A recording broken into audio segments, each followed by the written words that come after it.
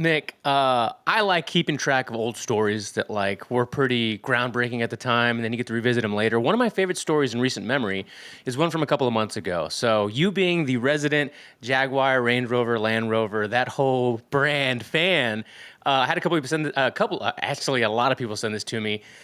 Yahoo Finance, Motor Trend, people reporting that they're basically probably looking to change their branding marketing agency pretty soon. No, I thought. Look, that marketing agency was clipped the day after the outroar. You would have thought, but you know that they weren't, right? Well, when I say that, you got to remember we kind of talked to people about the GM situation, and I talked about in that episode corporate time.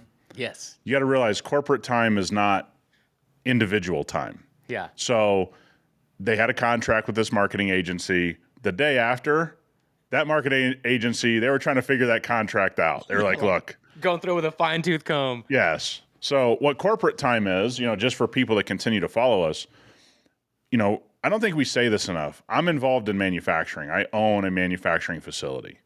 Okay. We do stuff in the car care world. We manufacture products. Yeah. We deal with very big Fortune 100, Fortune 500 companies. I had a call this morning. I have a call all the time for these types of people. The corporate time of getting something done is very, very different than what you do to like finish something in your life, right? Yeah. Like, hey, you got to run to the store, you run to the store. In corporate time, running to the store is like 8 weeks, could be 12 weeks. Could be a year. It could be a quarter. Yeah, I mean, so let's be clear on the Jaguar story. They were fired when everybody goes, uh-oh, we made a mistake. So that was November. That was, I think, the week or before or after Thanksgiving of 2024. And you can imagine that there was some backlash to some of these articles put it. And it's funny the way that Yahoo Finance will frame it versus the way like Motor Trend will frame it, right? Yep. They're talking about obviously the more business side of it, where it's like, oh, Motor Trend's headline, I think I have it here, was like, I'll pull it up for Nick to see. Actually, it's quite the contrast. But again, this is why Nick and I have positioned ourselves as the new carfluencers, right? The real journalist in the room. Check this out. Big J journalist. Exactly, Big J. Jaguar's rebrand might get a rebrand. Would that make it a rebrand?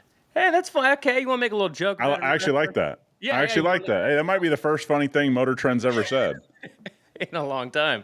So that's cool. But obviously Yahoo Finance, framed it a whole different way. But anyway, so that contract is supposed to end from what I remember reading like later next year, I think. Oh, so yeah. I'm sure it was something like a 36-month deal. I mean, some of these are 60-month deals. Some of them are 24-month deals. So what happens in a lot of these situations, and I'm not saying this specific one, obviously we don't have the Jaguar contract in front of us. We haven't read through it, is there's going to be some type of out clause, right? Whether that's a payment that they have to make and say, hey, we're going to break the contract. Here's 50% of what we owe you. Whether their lawyers are saying, hey, there was negligence on the part of the marketing, company that we hired, and so we're not going to pay you anything, and we're just going to put this in litigation for the next 10 years. But the bottom line is they're not going to do business with them. That much became clear to anybody watching. And this is kind of an interesting, I don't know if you wanted to go this route, but let's go this route, which I think is interesting. When you defend it in the moment, as so many people on the journalism side of things did, and goes, oh, well, they're taking a chance. From a branding standpoint, you don't just wipe away 100 years of branding. Mm-hmm. Okay? It really isn't about whether Nick or Rob or the consumer agreed with it. From a common sense perspective, it wasn't there. And again, something we continue to say about car manufacturers is the further you get away from common sense, the worse things are going to go. You got a problem with your engine? Get the engines replaced. It's just common sense. Like, hey, don't tell me to put a heavier weight oil in and everything's going to be fine. Just replace the goddamn engines, right? Like, so Jaguar didn't make sense to anybody just going, doesn't matter if I like it or not. This isn't what you do. You can take a swing without doing what you did here. Okay? There's a difference in saying, well, they took a chance. Yeah, man, they took a chance and did something that had no relation to a car brand or their brand of the last 100 years. That's not taking a swing. That's idiotic. So let's pretend real quick. I don't know how quickly we can improv this, but let's just say Nick owned a company. We'll call it Jaguar. Right? Yeah. And Nick is having this article written about him in Yahoo Finance and they say in there, The review, so the review of the contract, because it expires mid 2026. So the review of the contract and the relationship with Jaguar, and it was Spark 44 was the agency, and then it's an account held by the Censure Song. So it says Jaguar was forced to defend the controversial advert and the rebrand that sparked widespread, outrage last year. How would you take that? Like, do you think they actually had to defend it, or they just all kind of unanimously said, "Look, we got to double down on this. Like, this is the Yeah, well, they have to defend it because remember, their executive team hired these people. So they would have interviewed 10, 20 different marketing agencies if they're, doing business intelligently, which I guess could be under question at this point. But let's just say 10 at the minimum. You'd bring 10 global marketing agencies in. And those marketing agencies would be of a certain level, certain portfolio level. It wouldn't be Rob and Nick are coming into Jaguar to help you out. Let's just say that. Rob and Nick, marketing agencies not getting let into that building. I think it's a mistake, Rob. I mean, they should have let us in. We could do more. Yeah, they should have let us in. I agree with you. Look, they should have called us. We say that all the time. Just call us. Our numbers, we'll give you our number. Yeah, so gmail.com. Yeah, so here's the thing, though. So they would have interviewed. So the executive team, and again, let's talk about how corporations work. No one on that executive team was going to stick their neck out on the line the day after the launch and go, this was stupid. Because then that says you were stupid. Yeah. Because you're the ones that hired it. You saw all of this. This didn't happen in a vacuum where you didn't see the plan. You signed off on all of this. So now you have a problem of this is just about getting payment out the door, getting these people away from your brand. They made a mistake, you made a mistake, but the doubling down, that's almost guaranteed in corporate America. I mean, we're watching, in history, you've watched Chevy and Ford and everybody double down on things that we all knew, just stop doubling down. But you also have to see the flip side of it is all of those executives signed off on whatever that thing is. So if they don't double down, they're going to say, I was wrong immediately. That's not going to happen. If we had to look at the rebranding push altogether, which I think was called Copy Nothing, I think it was the whole campaign. Yeah, well, they didn't copy anything. That's they could have done themselves some favors by copying a couple things. Yeah, they could have copied a couple things. I mean, at least one thing, right? So between everything that transpired, Nick, what do you think, in your opinion, was the worst change that they were trying to make? They were trying to disassociate the last 100 years of the brand. Yes, they were trying to say that's enough. Jaguar's run its course, which isn't true of really any car company, right? Jaguar didn't run its course. Jaguar just needed to instill confidence back into the consumer of the Jaguar brand. So when you say, I'm going to launch a new car company, this is a valuable way of going about it. Create a bunch of noise. But Jaguar wasn't a new company. They already had built-in people that liked the brand.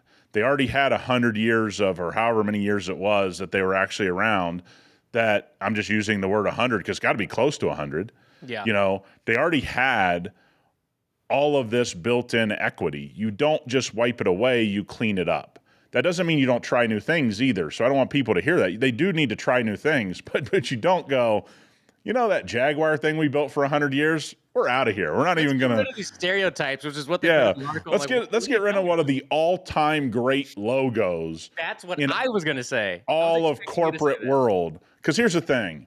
One of the coolest things, if you get one of those old, XJs, is when the Jaguar's on the front hood, and it's the actual emblem, and it's not in the hood, it's above the hood, and you go, yeah, I could rock that. Part of the reason you could rock it because you go, damn, that front emblem's off the hook. That's bitchy. Just like that. Yeah, like, dude, there's so much of this that people kind of get lost in their own sauce that I got to do my own thing. Yeah. Yeah, man, Jaguar needs cleaned up. Let's all say it. It needs cleaned up. They weren't selling any cars. Let's clean it up, okay? But was Barbie this isn't cleaning up the brand. This is destroying the brand, which we said at the time. Yeah, so Barbie Pink wasn't the move, right? The all EV wasn't the move. The J, the whole font, logo they went was not the move. Copy nothing and not showing cars in the ads, probably also not the move. So again, could have done themselves a favor by copying some stuff. So here's the thing. I was behind one of new, I think, Honda electrics or Honda hybrids. Mm-hmm. Here's a perfect example of stupidity in logo. The Honda H is one of the iconic branding things in the car business. It's to the point. It's simple. We kind of saw this when Kia messed with their brand. You go, Yeah. wait a minute, that old Kia, that worked? Yeah. You didn't need to do anything? I'm behind this EV yesterday, and I go, what? Why did they write out Honda in this weird font on the back light? I see. Like, why did? Because then I see an Accord on the way home, and I see that H on the back, and I go, just kind of works. I didn't even know that they had done that. Is Just this kind of what you're works. talking about? Yeah, there you go. There's the font. Yes. Wow. So even on their entry level, Not good. that's across the back taillight of like, a 35 or 45 or $55,000 vehicle. And then you drive next to an Accord and you go, hey, the H was fine, dude. The H was great. The H was iconic. Bro, this is Like literally the font at the eye doctor. Like, read me the first line or read me the yeah, good call. Oh. You're at the DMV. They're like, hey. I just had an optometrist appointment. I'm like, cover, okay, H, A, O, N. Wait a minute, I'm right, eye dominant. Can you put that up again? Bro, that looks exactly like the eye chart at the eye doctor. So again, you kind of look at this and you go, I understand Honda trying something. Yeah. I understand Jaguar trying something. The things you don't mess with are the things that you already have iconic status on, right? The H is iconic status. What the hell are you changing the H on the Honda car for? So do you know what the front of that car probably looked like? I don't know if you got to see the front of it. This is probably what the front was going to look like, that H. Oh! That is the front of the car I just showed you. That's great. And again, they got rid of the square around it, so you even messed the H up. Bro, what is going on here? Now we sound like a bunch of haters, but I mean, as we're showing it on the video, people are got to be agreeing like, you know what? Hand on my hips. Those are not good. Yeah, well, what I'm saying is the point is that you don't mess with the iconic parts. You fix the things that need fixing. So if you look at Jaguar and what they needed to fix, they needed to fix awareness. They needed to fix their lineup in what made sense in today's market. How do I sell a special, roadster? How do I have a grand touring car? Then how do I have a competent SUV lineup that people agree with on size and cost and all those things? There was a simple roadmap of just, okay, the next 36 months looks like a brand cleanup. And then from there, if we clean up the brand, we simplify the brand, we get people to trust us again, we do some marketing efforts, now we can start to experiment. Right now we can start to go, okay, where's our EV lineup? How are we going to put that in? You don't go, we're not going to do anything we do well. Let's just don't do anything we've done well over the last 100 years. Let's wipe it all away. So again, when you see people that were defending it in the moment, and by the way, a lot of these people are easy to find. You know the regular suspects on this. Of course. Right? I mean, usual suspects. Usual suspect, yeah. And they want to defend it. You go, they turn the common sense part of their brain off as well because they wanted to believe that doing this all-inclusive, look, man, the people that buy these cars. Down in the history books as the best thumbnail for a big manufacturer video ever. Oh my God, look at that. You guys got to watch. You guys got to watch on you. If you never saw this ad for whatever reason a couple of months ago, I advise you to watch it. Hey, now's the time. Now's the time. But people have to, see it from all sides. Taking a chance is taking a chance. We're never going to tell manufacturers not to do that. This wasn't a chance. This was stupid. There's a very, very big line dividing those two things. And then when you take it and it's not good, we'll just, we'll try to subtly tell you it wasn't good or directly like this case. So okay, here we go. Lastly, they changed the actual Jaguar to the one that was more recent and then obviously the one that launched a couple months ago. What if they at least went back to the circular one with the... Yes. Yeah, right? Give me the full Jaguar in the car, I guess. Maybe that's a little too old school for some people, but I think the old one was great. I'm going to tell you, it's not too old school for most people. Everybody who drove a Jag loved it. I agree. Yeah, if you have the money, I don't think you were like, oh, this is too old school. I don't want that. That's not the case. No, you'd be like, this doesn't look like anything else on the road right now. That's kind of cool. Yeah, for sure. That's what I think. But again, if you want to go back to the circle ones, I mean, there's no problem with that. You just don't. You just don't walk away from 100+ years or 75+ years of something that was iconic. You don't walk away from the iconic parts of your brand that are already established. You just don't, in my opinion, you don't do that. And it looks like my opinion, probably more on the correct side than Of what history, took place. yes, for sure.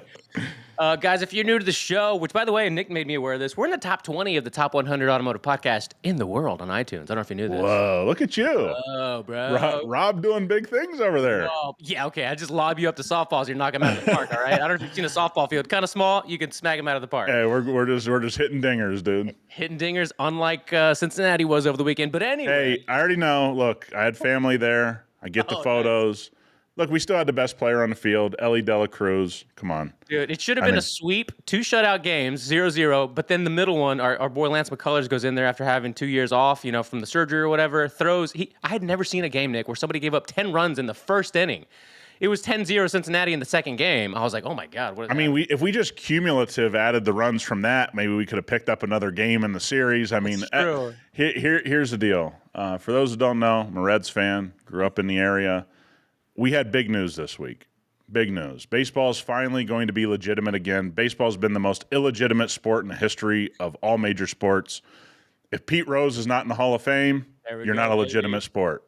So now, who else? It was him and someone else that was at the headline. It was Shoeless somebody. Yeah, Shoeless Joe, yeah. Yes. So, but Pete Rose, look, just a checkered past. We all acknowledge that. What he did on the baseball field, best baseball player. The world is healing. That's all I can say. We're just gonna heal through Pete Rose after he dies. But anyway, guys, if you're new to the podcast, we're here providing you car news, trends, predictions, but most importantly, a good hang every single Monday. Leave us a rating and a review if you haven't already. We love reading them and then sharing them on the podcast if they're good, funny, or just, mediocre, which is fine, as long as you give us a 5-star rating. But hey, the next story I want to bring up to you, last week you ended up talking about, or we were talking about, how Aston Martin just never really does anything, right? Yeah. Did you hear today's news about them and Apple? Oh, my God. Can Apple just... No. Can you make a better phone? Hey, actually, I think they peaked a couple of years ago. I think they already made the best phone. That's what I'm saying. Can we just make a better phone? Like, I don't think they can, honestly. But as of we're today, done. CarPlay Ultra is launching the next generation of CarPlay, and it begins rolling out today with Aston Martin vehicles. So 4 people will use it. Great. I mean, again, no bigger fan of the design language of Aston Martin. Interior, man. Hey, that looks great. I'm going to say this. For those of you working in design at Aston Martin, you've done a bang-up job for generations. You guys are the top of the top. You know who you need to be pissed about? Your marketing team, your sales team, your distribution network, your dealer network, because you guys have knocked it out of the park. Everyone else has seemingly let you down. You were on notice. Yeah, but you know what that looks like? That they kind of took a note from Taycan. That looks a lot like it's kind of like integrated. It's not popped out of the dash. Like they did a great job, and I'll say it just because I know we have a lot of people from manufacturers, a lot of people listening from manufacturers now. You guys at Aston Martin who designed the cars, boy, you have a lot to be angry about because the rest of your team, real subpar. Really dropping the ball there. Very suspect. Almost like, is this like, are you planning to ruin this brand too? Yeah, just like the other ones? Exactly. Like Joe in the design department's like been there 42 years, just crushing it, and everybody else just at home at noon. They're just chilling. They're just watching the copy of the over and over again, taking inspiration from Jaguar. Yeah, we're good. We're going to go home. Dude, I don't know about you, but I think CarPlay is probably the only, like, if I could have most old cars, and you can do this obviously, but retrofitted of sorts with some sort of a simple screen that just has a really, really good, smooth CarPlay, I think that solves everything for everybody. Let me give people a fact. You know, I don't have a single car with CarPlay. Okay. Hey guys, thanks for tuning in to this week's episode. So you want to know if I'm actually a car enthusiast? The way you know if you're a car enthusiast, if you have CarPlay in any of your cars, you're not an enthusiast. I resent this. Where's the mic? Cut the mic button. Cut the mic. Producer back there. Yeah, but no, when I get rental cars, hey, Apple CarPlay off the hook. Like, why don't you have it? Or is it just because you age your cars and you don't want to upgrade? Well, look, I got a 2003. We will get that upgraded to CarPlay. We're working with the audio company to do the project on the LX. My 2008 BMW, there's really, I mean, you'd have to do some serious work to You could integrate. do the Russian model and just post another. Just post another screen. Yeah. Then let's see, my GX, which is a 21 or 22, that doesn't have CarPlay. It doesn't have Android Auto or. I forget what it has because I've been in it a whole like Yeah. 7 I times guess it wouldn't because matter. You don't have an Android, but yeah, yeah, Toyota's really slow to that kind of stuff. I feel like I, for very. instance, had very like I have a buddy that has the 2020, they're the new 20-ish like Corolla hatch or whatever. It doesn't have Android Auto or anything. Yeah, no, it is very, but I did buy a Toyota Corolla for somebody who we had living with us when my kids were born. That did have Apple CarPlay. So Toyota was sort of, I think, kind of uneven of what got what when. Mm. You know what I mean? So I think they were just kind of uneven on that. I know they all have it now, right? I don't think Toyota has anything that doesn't have Yeah, it. the new stuff. I'm pretty sure all of it has CarPlay. But this is kind of what we've said about Japanese automakers is, they have never really concentrated on being the leaders in interior design, interior materials, interior whatever, including stuff like infotainment. They were late to the party because, again, that's just sort of the MO of how they develop. They're worried about their engine. They're worried about reliability. I mean, in a good way, they worry about the other side so much that they sort of drop the ball at times in advancements in the way that they do their interiors. And then you can look at a company like Audi, they kind of went the other way, right? Yeah. We're going to worry about the design of the car, design of the You might not make it interior. to your destination, but you're gonna Yeah, like yeah, smooth your car sail. might blow up, but let me tell you what, you're going to be able to listen to Apple CarPlay, right? So I just think Japanese car makers have always been. So yeah, I don't have my Tundras are older that are running through my business. We could upgrade those pretty easily, I think. We could do some things if we wanted to. But yeah, I don't really get into a bunch of cars consistently. Now when I have rental cars or things like that, Apple CarPlay is fantastic. I think they've made it better and better every time they've done some type of this is the next generation. It's a no-brainer for a company like Aston Martin, which is where we started the conversation. But once again, does that really fix your distribution issues in the United States, which is where we are? I don't think that's really solved. I hope that the millions, and I literally mean millions of people who have watched the videos over the past 6 months about Toyota products, whether it's the trucks, the SUVs, whatever, the brand as a whole, can take an appreciation for how much Nick and I actually like Toyota as a brand. Yeah, Like, yeah. it probably won't be all of them, but out of the 7 million, let's just hope 1 million of those people come over to the show and like, oh, these guys are really cool. They actually like the brand, because all the other 6 million of them are so delusional about some of the stuff that they've heard that they have cherry picked some of the words we've said and will listen to nothing else in the context of the videos Well, you got to realize I own 5 Toyota products. right now. Okay. Right now, today, not like in my life. I've owned Yeah. way more than that. I own 5 currently that are on my insurance, that I pay for the gas, that I pay for the maintenance, that they're my vehicles. That will last 500,000 miles easily. Yes, they will. And again, I also have a Dodge Ram that's hit 250,000 miles. It's on its last leg, but that's another story. That's hey, we don't do that here. We don't do that here. I had a sentimental moment with that truck. I'm like, man, new bumpers, We've new been through a lot wheels. Yeah, let me and a lot of let me jobs get a new together. interior. Let me take the stuff out of the bed. I'm gonna have a real okay. We're keeping it, and then I'm like, wow, what are you talking My about? kids are going to drive this. What are you I could talking literally buy Dodge for what I'd have to put into this truck. That's the rudest thing you said today. That's the rudest thing you've said in a while, actually. Hey Dodge, I can either redo my truck or I'll just buy the whole company. Which I'll one do save you you want? right now. I'll save you right now.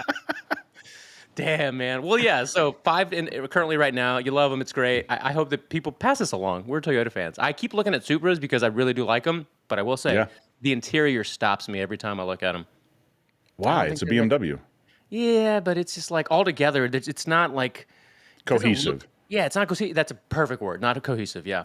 Yeah, and I think that's kind of how I would describe Supra when I drove one. I go, this isn't a Toyota. Yeah. This doesn't have the DNA of hopping in a Toyota car, right? Like that's what I think kind of is disappointing about Supra. But look, sooner or later they're going to get to the right price. On the used market for sure, where Yeah. you go, hell of a nice car for that price. Makes sense, totally. And again, I want to say this: you better be ready to do the BMW maintenance, since Oh, cool. that's kind of the influence, which I think is going to piss a lot of Toyota people off when they buy a Supra. They're going to be like, "What? I got to do all this maintenance?" It's like, no, You yeah, didn't really you're going to buy have to do it. Tesla. But I'm with you. I've always kind of like, it depends on the color and when you see a Supra, how much you really like it. Yeah, the angle it's at almost. The angle you're like, if it's like you're looking through your passenger and it's like one car ahead. You're like, yeah, that looks good. And then sometimes it's in your rear view and you go, I don't know. I think it's a kind of a controversial design, but I think I come out on it looks pretty good. Yeah, I You agree. know, the car does look pretty good. Well, do you know that Toyota's coming out with a new color? Have you seen Toyota's 2026 WaveMaker paint? No, the one that I saw in person though, have you seen that green? That forest No, green? I've not. Oh, this was at SEMA. Oh, okay. So you've seen this. Yeah, I saw this in person. Yeah, How did it look in this was person? at SEMA with the they have like a surf edition. Yes, this is it. That This is that color. Yep. Yep, but they're not going to make the surf vehicle. I don't know about that. So this was all about the TRD stuff. So funny enough, we know we've been talking about that for the last little bit. But Toyota's new WaveMaker paint is a color only available on TRD Pro lineups for now. The 2026 special blue hue is optional for 4Runner, Hybrid, Toyota Tacoma, and Sequoia. So it's supposed to be introduced to other cars later. But yeah, I think it's pretty cool. I actually like this Very. type of color. Yeah. Yeah, very. I mean, in a black, white, gray world, this looks awesome. Yeah. And I saw it in person, and they did it on. I think they were calling it. I'll have to maybe post a picture to our story. Is they were basically doing a Bronco.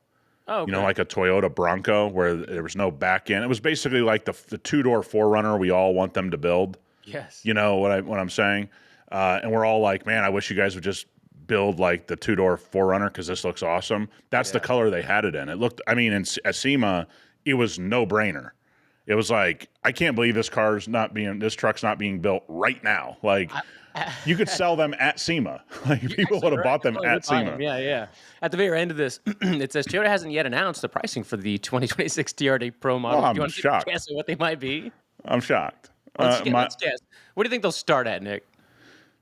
My guess is this is probably going to be a $5,000 to $7,000 option.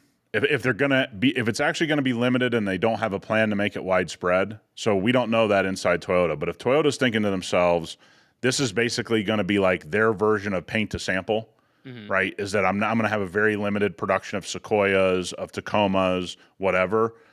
I mean, the markup number one coming from the sales point, but also what Toyota may charge. I mean, you can definitely see where they would go anywhere between $3,000 and $10,000 just in an added cost. Now, if they say this is going to become part of our lineup, that probably won't happen. But we'll see but paint to sample, if that's the route they go here of that kind of quote unquote thought, I think 100% it could be pretty expensive. Oof, they're already kind of up there. And just so we're clear, Toyota known for the worst paint system or one of the worst paint systems in all of car manufacturing. So, I mean, take that with a grain of salt if you pay the upcharge. Yeah, it's weird because you don't ever think that until you hear or research, whether it's Reddit or forums, of just how bad and thin people claim that the paint is and all the issues they have with it. Well, they've always had an oxidation issue, and for those that don't know what that means is, you can really see it on if you've ever bought or seen a white Toyota. They basically have this like chalky look to them. That is oxidation. That largely shouldn't be happening as quickly as it does. And we have constant out here because of the sun. We have people that call us about their Tacoma, their 4Runner, all the time saying, hey, I've only had it 2 years, but they never protected it. And they're already starting to see paint failure, which is pretty rare. And Toyota's still battling that. By the way, they've been battling that my whole life. This is not news. They just always have struggled, which is why you have to kind of make a decision on what you're going to do out of the gate with the Toyota. So if you buy this and you pay an upcharge, I'd get it protected as fast as you can. Yeah, I was going to say, we can actually probably get to that. We're going to get some listener emails and questions here towards the end of the show. We're humming right along, like Nick's Dodge, just right. Yeah, went already, just humming Should along. I get let me get a bumper. I mean, I'm like looking at parts online. It's like, dude, just get rid of this thing. Maybe slap some underglow on there too. Why not?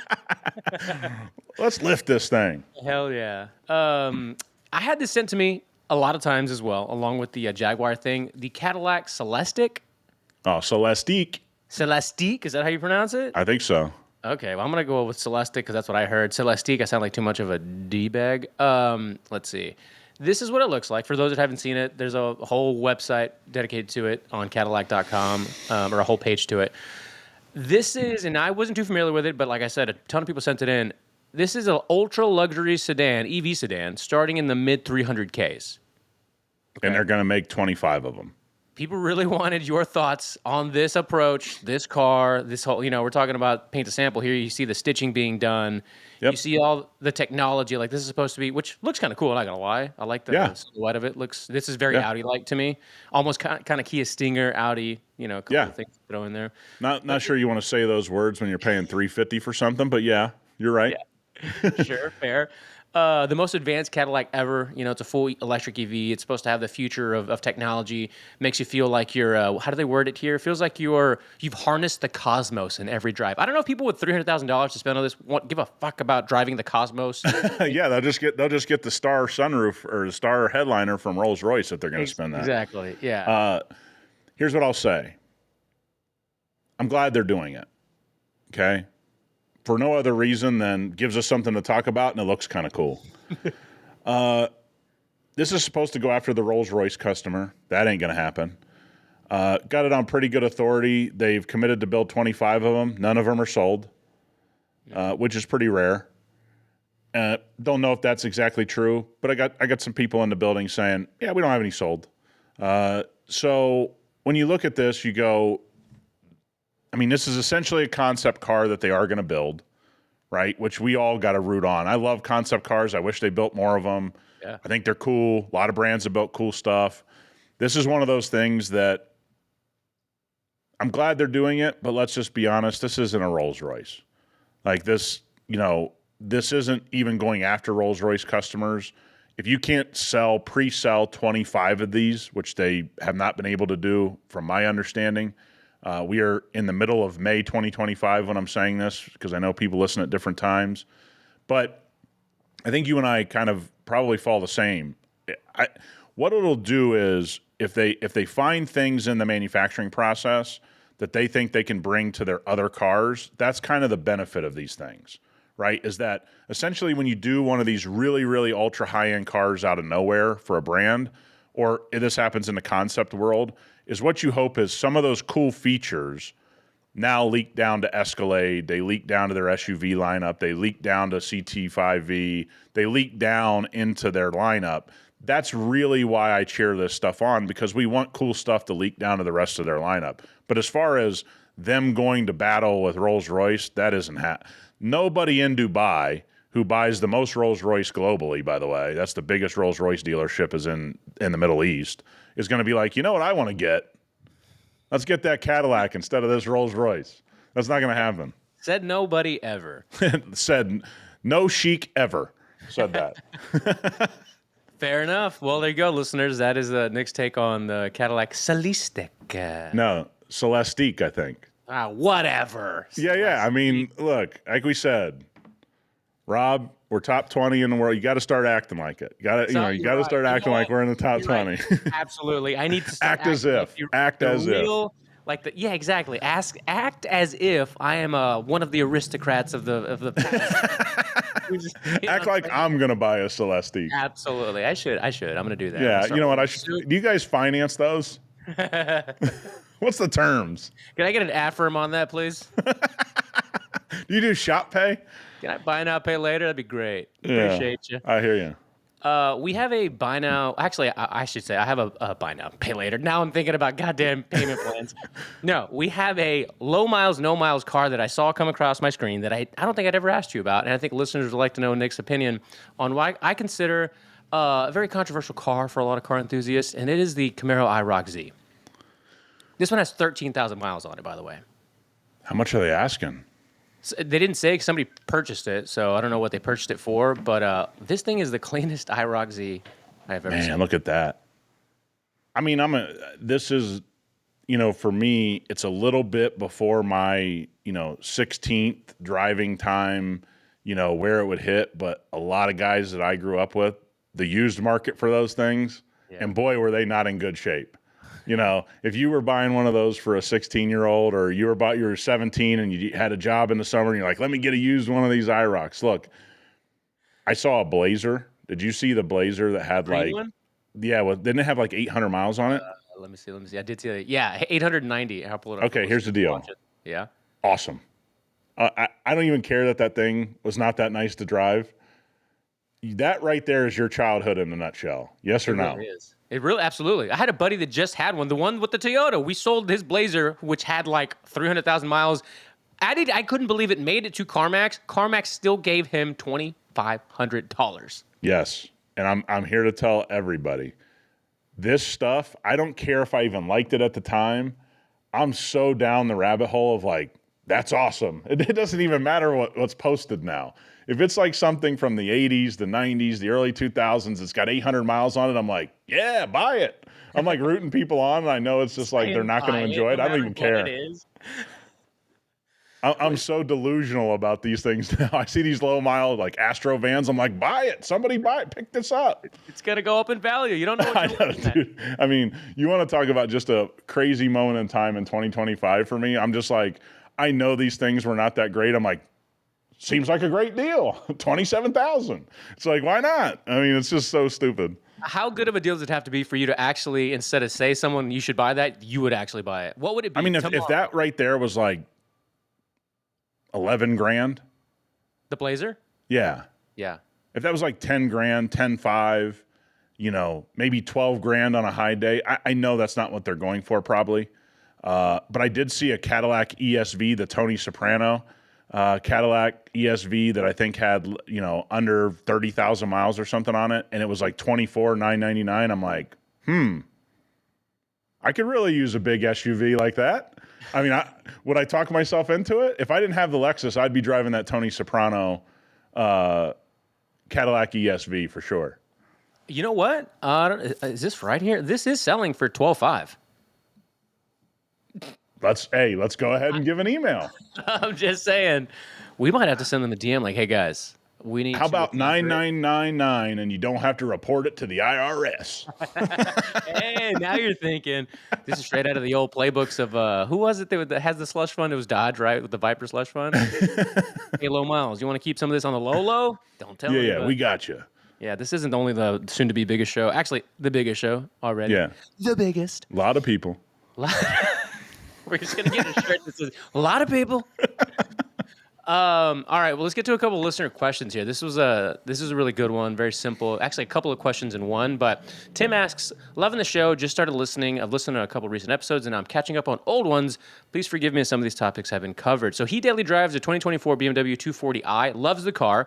He understands it isn't practical for a large family, but otherwise likes it. Great package, loves the power, great price. Given the engine's performance, I feel like it's a sleeper, which I think that's what he was asking. Like, he really wants a family sleeper. Any thoughts on essentially maybe upgrading to a more practical, better used family sleeper?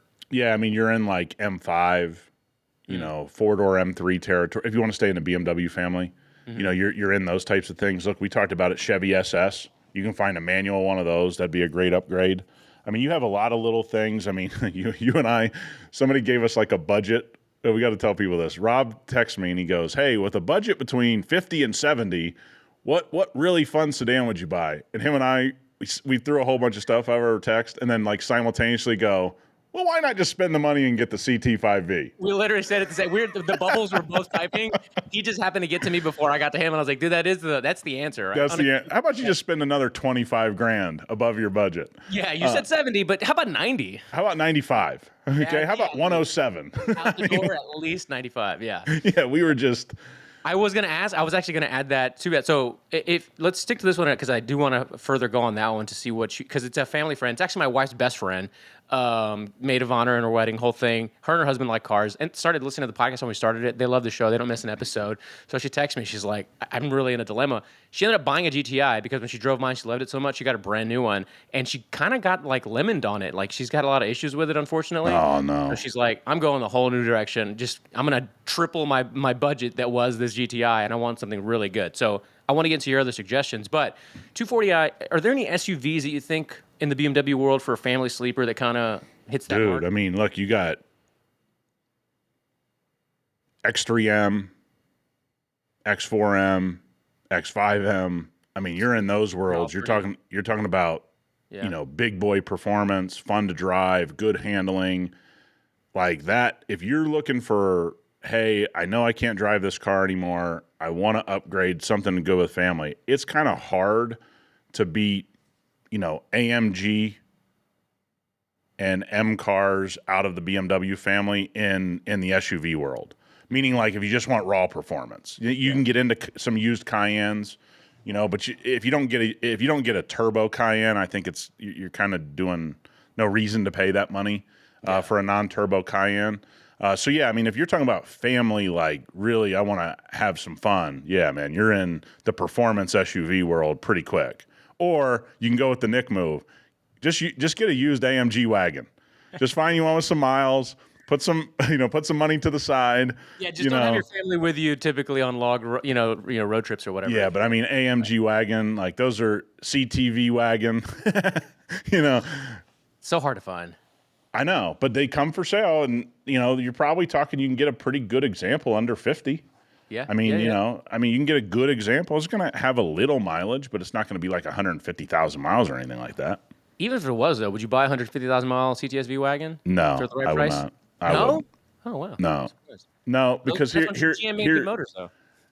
The one thing I had problem with CTSV wagon was I could never bring myself to buy the automatic. I just thought it was kind of blasphemy to be like, okay, so I'm searching all this time, and now I'm going to just settle. I'm not going to do that. So you really have to hunt those. But look, if you're not in a hurry, hunt an AMG wagon. That is the ultimate dad sleeper. Oh, period. Absolutely. The last time I saw one was probably in real life. It was a blue one, yellow caliper. And it was in the Woodlands. It was not in the Woodlands, but it was at a Hooters. It was an old guy. I just like the wings. Hooters. I just like the wings. Actually, I do like the wings. I'm not Yeah, gonna no. lie. Well, Hooters is gone here. We had a Hooters casino. Don't forget that. Oh, yeah, that's been gone. Yeah, we had a Hooters casino. Hooters isn't in Vegas anymore. You got rid of the Hooters but kept the casino? I think you'd make more money with the Hooters, honestly. No. The Hooters casino sold to some other, it's called something else now. But yeah, you used to be able to go. They had a huge Hooters restaurant. Again, I was just there for the food. I don't know what you guys do. I don't know what you guys do there. The lemon pepper shrimp. I go to Twin Peaks. The beer's cold. I mean, I don't know why you guys go there. Actually, it is very cold, 28 degrees or whatever it is. I don't know. I mean, I guess that's their slogan. I don't remember it by I don't know. I don't frequent those places. I just go every now and then. I know. We're gentlemen. We're aristocrats, remember? We don't do that. Celestiq. So look, Tim also asks, since Nick is the resident and largely countrywide expert here, maintaining and caring for your car. If you do pick up one of these new cars, new Toyota, new BMW, whatever, how does somebody find a car care professional in their area that they want to trust with? This is totally more of a pints and polishing conversation, but Tim asked it in the same email. Figured I'd ask you. Yeah. I think this is a great topic right now. Just had one of the longest running, highest quality body shops in Las Vegas close. Guy was open close to 30 years, could eat off the floor of this body shop. I mean, the guy you want. And it's getting harder to find those people with experience. So let's say that. It doesn't mean good people aren't available, but we are going to come to a breaking point in a lot of people's cities where these high-quality people have had enough. And he didn't go out of business because of finances. He's done very well for himself. When I talked to him, he goes, I'm just kind of done. Costs have gone up. I try to pass the cost on directly, and customers don't want to pay it. They're in my ear, and I'm dealing with insurance companies. So when you're trying to find a car care professional, the first and foremost thing I tell people is don't buy into the loudest person on the internet in your area. Because remember, that's a marketing effort. They're just putting a lot of marketing dollars out there. And I can show you in places like Salt Lake and Vegas and Phoenix and LA and San Diego, the places that I'm kind of close to, and I can show you all the largest shops that do the loudest on the internet, and I can say that I've seen their work, and I go, I probably wouldn't go there. You're trying to find somebody that balances been in the business for a little bit of time. That doesn't always mean that they're the greatest, but you want to look for somebody that's been in the business. But then you want to be able to explain what you care about your car. So this really starts from the consumer to be able to find the right people for you. What happens is a lot of people get bad information on the internet. Then they start to talk to a provider improperly, and the provider's like, what's this guy talking about? I mean, it's just a total miscommunication. Yeah. So when you have a car today and you care about it, the number one thing is how you're going to choose to protect your car. Are you going to go the paint protection route, paint protection film route, or are you going to go ceramic coating? Both are great options. But when you're trying to find a provider, you want to make sure that you are able to tell them what is important to you. What do you care about? How much does this car mean to you? And make sure you go in there with 5 to 10 very, very simple questions. And if somebody is uneasy with answering your questions, you got to leave. Because a guy like me, I'm great with your questions. I want you to ask questions. I'm good to sit here with you for 30 or 40 minutes and go, this is what I would do if it was my car. It's telling me what you're telling me. But I think a lot of consumers feel intimidated to do that. Come on. No, I'm saying intimidated by everybody. I mean, we hear this from everyone. Is they're intimidated to just go in there and say, hey, man, I don't know everything, but I do have some things I care about.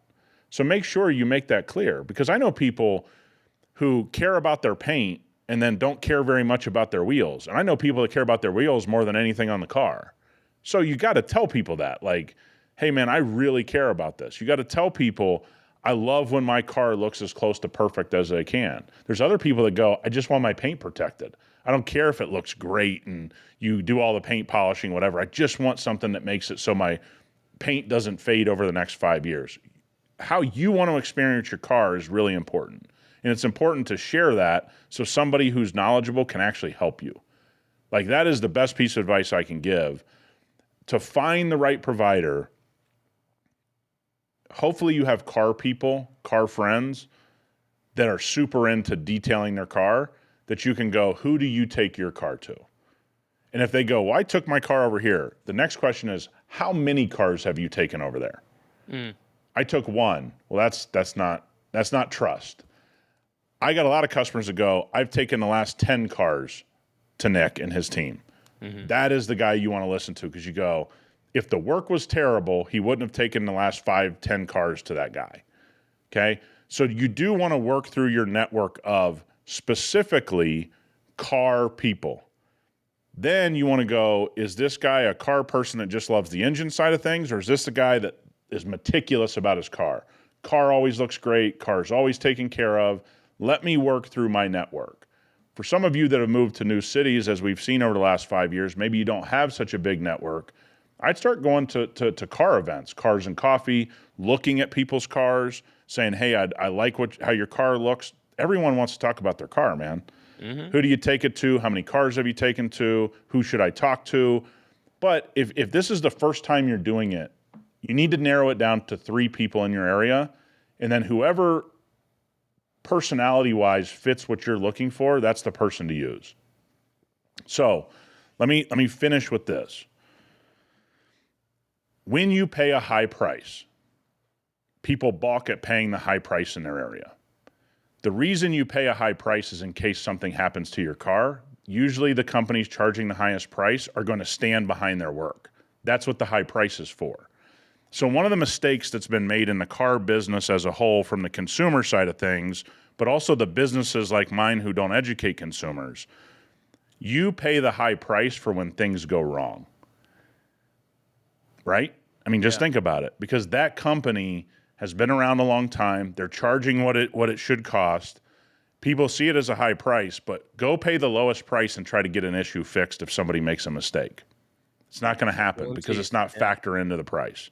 Right. So when you see a high price, instead of running away, you need to think about it this way. They're charging the high price, number one, on reputation usually, which is a good thing. The second thing is, that is most likely the company that's going to stand behind their work. They're charging the high price in case something were to go wrong. I can make sure that we can fix it. And we're going to take your call, and we're not going to run, because everyone's human. To sit here and act like my business hasn't made mistakes, we've made mistakes on people's cars. The money that we charge allows us to go, we're here, we're in business, we have reserves for when we make a mistake. That is what the high price is for, is the peace of mind. I'll give people an example. I dropped a headlight one time, me personally. It cost us $4,500 to replace. Okay? Yikes. We replaced it sight unseen. We never argued with the customer. We let the customer know. I made a human error. I literally just took the headlight out to lay some paint protection film and dropped it. And it just... Typical Reds fan. Typical Reds. just dropping ground balls. Dropping balls. I'm human. I dropped it. And at the end of the day, called and told the customer. Customer's like, well, what are you going to do? I said, we got one on the way. It's going to be in the car here in the next 24 hours, 48 hours when we get it. Really? I'm like, yeah. Awesome. That guy's still my customer today. I mean, I'm talking about just smash this thing. I mean, you want to talk about not repairable? Nobody could have repaired it. Jesus couldn't have repaired this thing. Did you afterwards just pull an Office Space and say, you know what, fuck it, it's already broken. Give me the bat. Let me just take it. I just look down and go, that's going to be expensive. I'm like, unbelievable. So all of those things are to say, I know it's really hard for people to trust providers, mechanics, body shops, PPF shops, coating shops, tint shops, all of that kind of stuff. You have to know what you want out of your car, and then you got to feel comfortable that the person's answering the questions competently in front of you, and then very rarely are you going to have an issue, right? But don't go on Google and say, well, there's all these good Google reviews. Let me tell people that game. There's a lot of those that are paid for. Not all, but Rob, come on. Not all. Many of them. Not all, but many. You don't want the loudest guy marketing in your area. That's kind of one of those things I just say, trust me, I've watched it from the inside. I've seen the work. I've had to fix the work of those types of shops. You just want somebody in between all of that. You know of them. Your people know of them in your circle. You have a bunch of people you can go to and they go, yeah, man, I've used them on the last 7 cars. They're so fantastic. They handle it. Hey, I had an issue one time. They fixed it immediately. Those are the stories you want to hear. You actually want to hear someone's had an issue and they fixed it immediately. That puts me at ease knowing what I know, because that's what good businesses do. And I know we don't talk about that a lot, but that's actually a good thing. Hey, someone messed up on this part of my car and they fixed it the next day, right when I went down there. It's like that should be looked at as positively, and I think a lot of customers don't ever hear that from businesses, which is unfortunate. Yeah, make sure they have one of the top-rated podcasts in the world too. That'll also help make the decision. Yeah, and by the way, if you're in an area, through HyperClean, we have a huge network. Sometimes you can just go, hey man, I got these 3 shops, and I'll be able to tell you the owner, the people. Give this guy a call; it'll be good to go. So we're happy to help on that. Yeah, fantastic. That's and Tim had actually asked in that email about detailers, tinners, so you kind of covered the whole gambit with that the rant there. So that's great. And if you're not like Tim, you're listening. Obviously we mentioned HyperClean a couple of times. You can go to hypercleanstore.com and just, if you like detailing yourself the way Nick does or I do in the driveway. Yeah. This is going to drop the Monday before Memorial Day, but that gives you enough time to go to the website. Nick's actually going to be running promotion. You guys don't often do promotions on HyperClean Store. Never. But special promotion, can't really say what it is yet, but it's going to be something very special. Hey, for all you that like, for all of you that like automotive apparel, yeah, I would be going to HyperClean Store the weekend of Memorial Day. It's going to be pretty sick. We got a very automotive themed piece of apparel coming out that I think a lot of people will like. First of its kind, not the last though. Yeah. We're just an apparel company. We're podcasters. I mean, we just kind of dabble. We're big dabblers. Dabblers. I like dabbling. That's a great word. I love dabbling. All right. Nick had mentioned another email or a text essentially that was an email to me from a friend. And Nick had suggestions for this family 4-door fun car. She's going from a turbo 4-banger to I want something with a V8 preferably. Obviously, the answer is always CTSV Blackwing if you can stretch your budget to 90 or 100. She wanted to stay around 70, also asked between 40 and 50. Nick was just flat out like, look, for enthusiasts, there's literally nothing from 40 to 50 in that kind of, like, with that package. Well, let's be honest. There's nothing new. Yes. So here's where we get into, I think, where it gets very, very iffy to give advice, okay, at times. Mm-hmm. I'm very okay getting what I want used. I'm very comfortable. You're comfortable.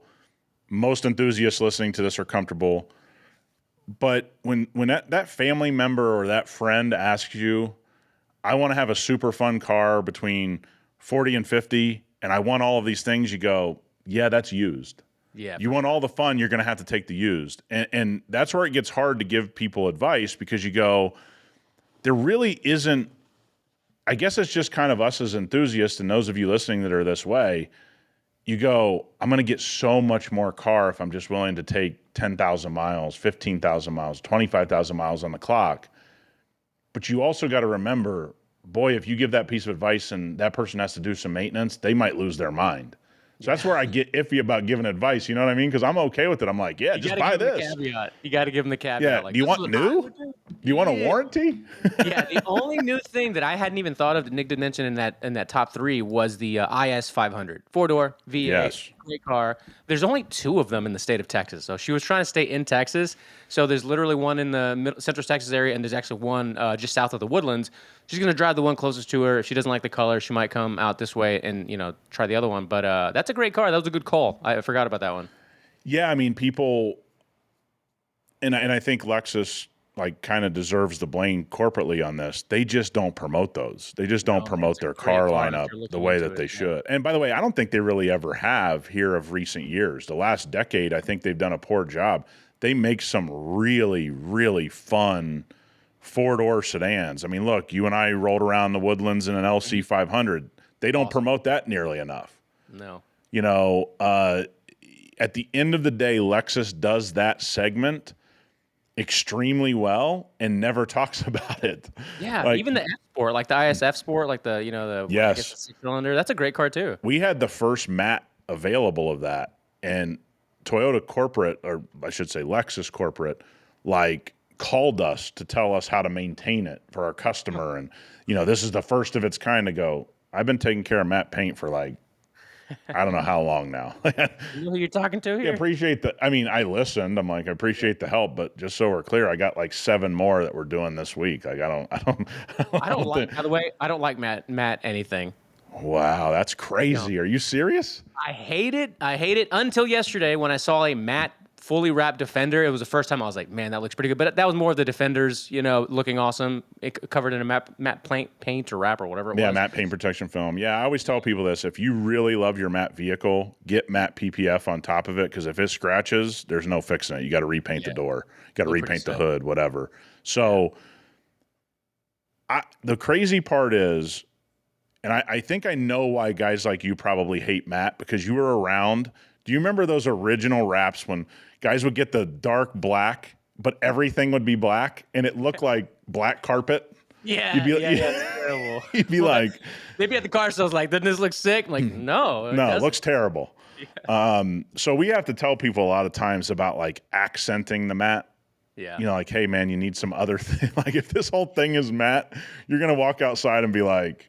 They want to be Batman. Like, they're really it's like, this isn't that. This is... You know what I mean? This isn't that. You're driving a C63, my guy. Let's just like make it look good. Right. So we had this on an X4M of actually one of my buddies who's in the major leagues. And he's like, I want everything matte. I said, okay. Now he's my friend. This is why we did this. I argued with him. And when I say friends, like, we're at each other's house. We go to barbecue. I'm talking about friend. Yeah. So I go, no, you don't. And he just argued and argued. I said, all right, man, we'll make everything matte. I said, you'll see. He got it. He goes, oh, man, this looks terrible. I'm like, yeah, I told you. So we had to like, peel off the parts that we made matte. And look, we didn't do a very good job of like tucking things because I knew it was coming off. I'm like, this thing's coming off. So guys, just get it on there and let's have him come look at it. As soon as he saw it, he goes, boy, you were right. I said, yep. And we just started like tearing off the parts that needed to have some gloss or some satin or some different types of vibes to them. Dude, it was like one of the funniest things for my guys. They go, how'd you know that? I go, dude, it looks like crap. I'm like, he's not going to like this. So yeah, man, I've had some fun experiences, but if you do go matte, you need some accent pieces. Okay, that's very good advice. I'd say it would look better. I don't know if I personally would still like it, but it's all matte is just, that's wild. That's a cool, I know. Cool move. You just see him. You're like, dude, just wreck that thing and get the insurance money. All right, let's see. We got time for one more here. Let's go. Maybe we can squeeze both of these in. So Jason wrote in, been on the hunt for a 996. We recently did a video on 996s. For a few years, came close at a few auctions to pull the trigger, decided to go with a V8 Phaeton, taking the last driveway spot, skipped the midlife crisis, went right to a retirement cruiser. Hey, not going to get an argument from us. Not going to get, anything. What a great email. Thank you for writing that. Yeah, that's got to be, that guy's firmly in the top 3 emails of our short history here. That's a great email. Jay wrote in, y'all talked about on the latest podcast, Dennis driving crew cabs. I had a couple of people that were walking their dog, one in particular walking his dogs, sent pictures of a huge, like probably 2500 GMC, and then like an older, slightly like 2010 single cab, because we were talking about the long beds, the short beds, the whole thing.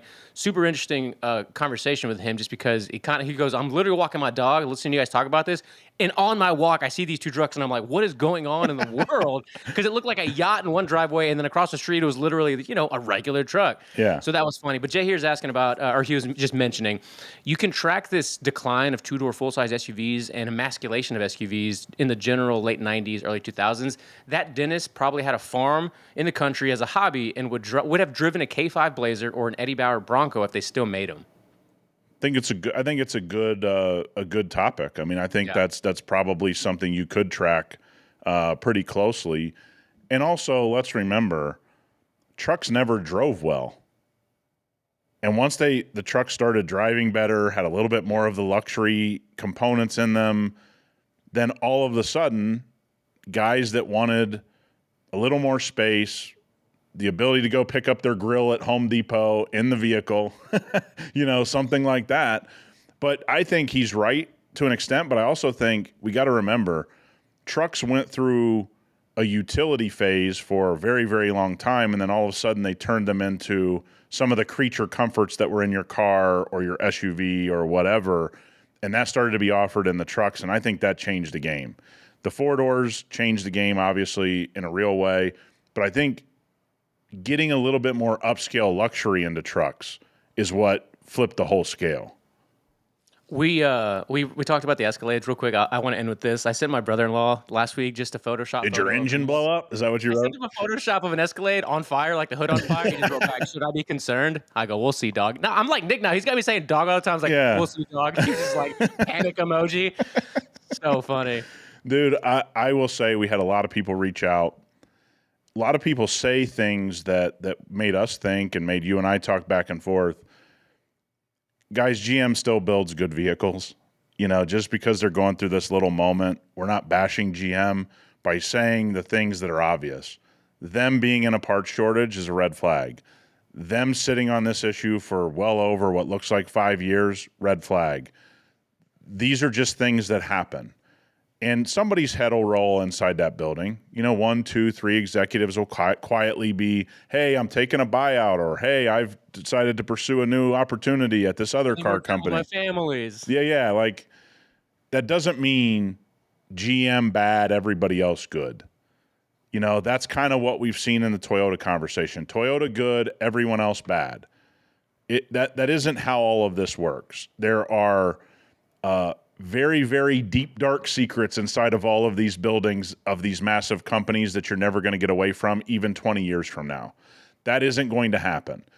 This is a secret that came out. They got caught with their hand in a cookie jar, not handling something. That's all that this is. It's fun to bust your buddy's balls to have vehicles that fall into this. That's what it is. But let's be clear. GM still builds a decent vehicle. They're going to get this figured out, or they're going to burn some people, which they already have. That's going to happen as well. But everybody has a deep, dark secret going on in these car manufacturers. It doesn't matter what the name on the building is. Well, as we land the plane, that's a very good point. Today, there's going to be a video dropping of us kind of talking about this where, it doesn't matter how brand loyal you are, Ford, Dodge, Chevy, whatever it was. I'd be surprised, or I'll be interested to see if that video takes off in the way that I think it might, just because when you start comparing people's loyalty to these brands, you just trigger the wrong person, and the algorithm's going to catch it, and people will be like, no, what are you talking about? This one's way better than the other one. You have to be loyal because X, Y, Z, so we'll see what happens. Yeah, I think you're right on that. And by the way, more people have been burned by being loyal to a car manufacturer than those that just hunt whoever's building the best vehicles at the time. At that time. Correct. Dude, great. Everybody have a great weekend, and we will see you for the Memorial Day episode. That is still dropping. We're not taking it. No days off. Yeah, no days off. Hey, look, we work hard here. It's hard to get on this mic every week for an hour. Let me tell you, a lot of hard work. I bet it is. clutchculturepodcast@gmail.com. Send us some emails. We want to talk more about your topics, questions, subjects, and we'll see you next week. See you guys.